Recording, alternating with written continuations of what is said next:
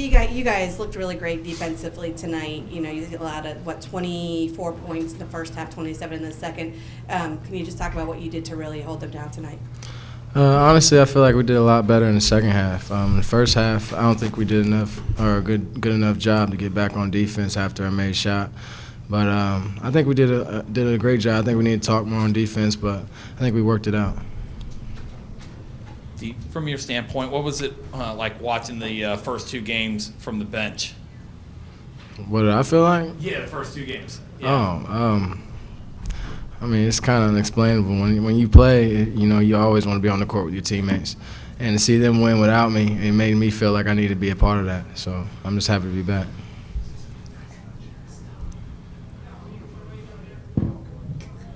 James, you had 11 points, 11 rebounds in 16 minutes, continued to maximize your time on the court. What were you able to do tonight to get to the glass so consistently? Just try and work harder than my defender, trying to time up his movement and how he's going to try and make contact with me to box me out.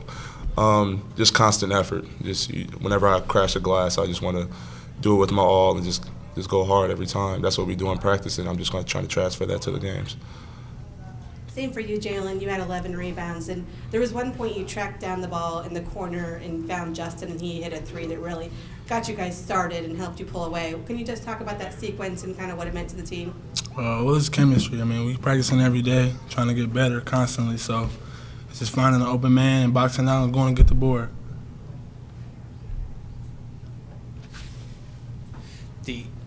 You only guys are only 4 games in, but do you think this is a much more balanced team this year in terms of being able to the inside out and the multiple combinations you guys can go with throughout the lineup? Yeah, I feel like we got a lot of weapons this year, you know, inside and out. And I feel like as the season goes on, we're going to gel a lot more. You know, I just think it's going to work itself out. Going back to the defense, you guys held their leading scorer, Reggie Johnson, to just 5 points, and he came in averaging 23. What was the plan for him? I mean, it was a huge focus. We know that he contributed a lot to their team, and we really wanted to build walls around him whenever it came to playing defense, and I feel like we did that pretty well, like you said.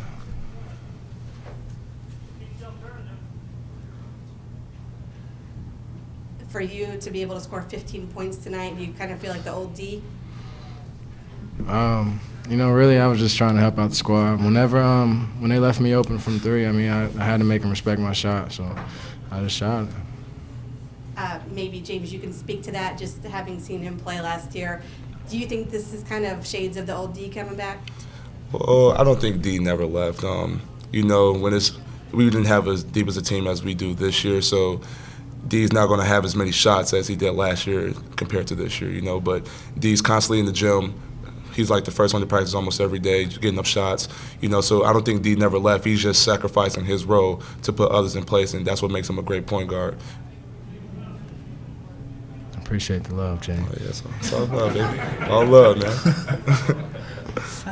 Hey, James, everybody always talks about teaching points and different styles that you're going up against. Miami's obviously a very deliberate shot clock team. What kind of confidence do you guys gain each game when you play against a different style of defense, and how does that help you translate that into the next game?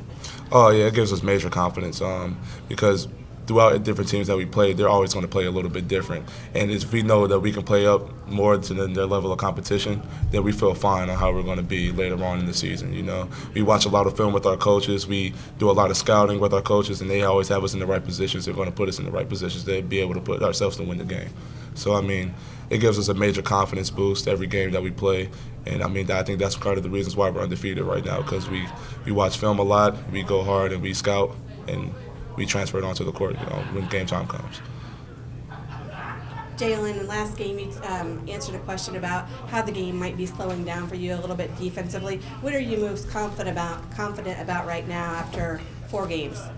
After 4 games, it's not more so like me just trying to get mine. Just trying to just keep contributing to my team and getting rebounds and putbacks and dunking on people. You guys both had 10 rebounds tonight. Obviously, we've seen Matt be able to go get double-digit boards. How competitive is it? How competitive is it in practice when it comes to rebounding drills and things of that nature? And how has that pushed you guys? No, it's a war. I mean, we're not always on the same teams in practice. Matt may be on another team. Jalen might be on the same team as Matt. And sometimes I may have to be with Eric Stenger or Isaiah Fillmore. You know, it's a war. And everybody's a great rebounder. That's a big on our team. It's not just Matt. It's just not Jalen. It's just not me. It's everybody, including Isaiah, Eric, and sometimes even Jamar too as well. So, I mean, it's an all-out war in practice. And that's why we do so well in the games, I believe, in rebounding-wise.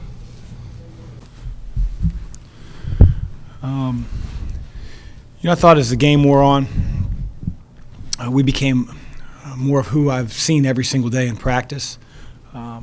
Early on, thought our transition defense was poor. Miami presents some challenges in that their big guys shoot from the perimeter more than they, go into the post, and that was very, very unique coming in. I think Miami's probably played one of the hardest schedules in the country, going, back-to-back-to-back road games. But we knew they had a week to prepare. And, really happy with the rebounding differential. Jalen Reynolds and James Farr's impact in the game when they came in was a very, very good one. It's a very good sign. Our team is a lot deeper this year. And, again, really, really proud of our kids for sort of changing the way, the momentum that we didn't come out with and really gaining that as the game went on. Isaiah never came off the bench. Is he okay? Yeah, he hurt his wrist a couple nights ago, and just felt like it wasn't to the point where we wanted to risk any injury, any further injury. So there's no fracture or anything like that. It's just sort of a sprained wrist. He's day to day. You just talked about the depth of the team. How big of a difference is it when you've got a Dee Davis out there and he's able to give you the 30-plus minutes, and you don't have to have Brandon Randolph play 30-plus minutes? Well, just when our guards' minutes can come down, we haven't been able to be that team until here the last couple of games. It allows them to play faster. It allows them to pressure the ball better on defense, to play harder for longer stretches, or I should say for shorter stretches, because we can sub guys in. And, again, we're a different team than we were a year ago, so, our players have to adjust to that, knowing that they can play with more energy and more effort, every time around the floor. And I think that's a really good sign when you have guys like Samaje, Dee, Brandon, Miles. They're able to penetrate. They're able to put pressure on the other team's guards for the entire 40 minutes. In the first part of the game, they looked like they were playing zone and then man and then zone. Were they playing that just kind of intermittently the whole time, and kind of what troubles was it giving you? Well, we knew that coming in. That's who they were against Notre Dame. It's who they were against Arizona State, a team that plays when they make a shot, they have enough time to settle back into a 2-3 zone with some matchup principles. If they miss a shot, they don't have time to settle into that zone, so they're going to man you. And we knew that coming in. And I thought we did a better job in the second half of settling on one offense to sort of, cure both defensive looks. Rather than the first half, that was our fault, my fault as a coach, of, sort of trying, our primary zone offense, flipping over to a different zone offense, and then our guys weren't really in a rhythm of knowing what they were running every time down the floor without looking at me, and I can't put them in that position anymore. But we did a good job of adjusting. One of the players that you talked about yesterday was just Reggie Johnson, came in with the Mack's top scoring average. You guys held him to 5 points. Brandon Randolph was on him for a while. Would you say it was something you guys did by committee, or kind of how would you describe the defensive end tonight? Well, Reggie hurt himself because he got 2 quick fouls. And it looks like Coach Cooper's philosophy, like a lot of coaches, is to pull a guy with 2 fouls. And so he doesn't play the majority of the first half. And by the time, I think he really got a sweat going. The game's 2/3 of the way finished. So it's really hard. Everybody's had nights like that. He's a talented player. Happy for Xavier that he wasn't on the floor. Are you noticing a big difference when James and Jalen are in the game with their ability to change shots around the rim on defense? They're long. They're long. We got to do a better job of keeping the ball in front of us. But they affect shots. Even when a guy gets beat, it's not, an undersized guy coming over. I mean, you got Jalen's arms, you got, his vertical leap in there, you got James, and they rebound at a high level. So, we're a much different team. And when those two are on the floor together, it's hard to get clean looks in and around the basket. Is there any more of an emphasis placed on shot blocking with the rule changes that make it tougher to guard guys getting to the rim?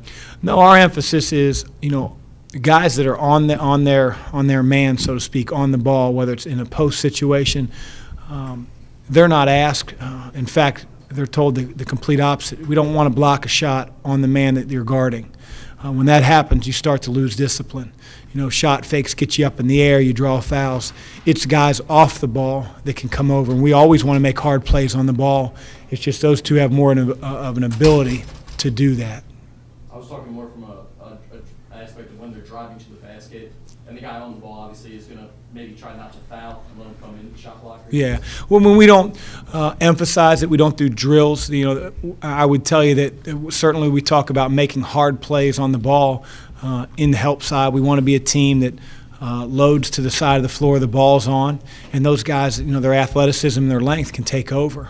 But we don't do drills necessarily, to foster that. This is the first game you've coached against Miami as head coach where you didn't face Charlie Coles. How did he influence you at all? And kind of what do you take away from him in his time in Miami? I take a lot. I didn't have the opportunity to work with him at Miami. I never coached with him. But, through Coaches versus Cancer, through July recruiting periods, through Final Fours with my family, I got to spend a lot of time, with him. And as genuine of a person and as there was in college basketball. And he just had a way that, it wasn't about basketball. When you played his teams, you knew you were in for a dogfight. I mean, the game was going to be 12-12 with 4 minutes left, and it was, it was a struggle. And so I hated seeing him on the sideline at that time. But, off the floor, he's one of the most genuine people. You could tell he's a family man. He's really missed in this community. And I really got to, have a little bit of a friendship in the last 3 or 4 years through Coaches versus Cancer, which he was a huge part of. And so miss him. And, like I said, the whole Miami community misses him as well. All right, thanks.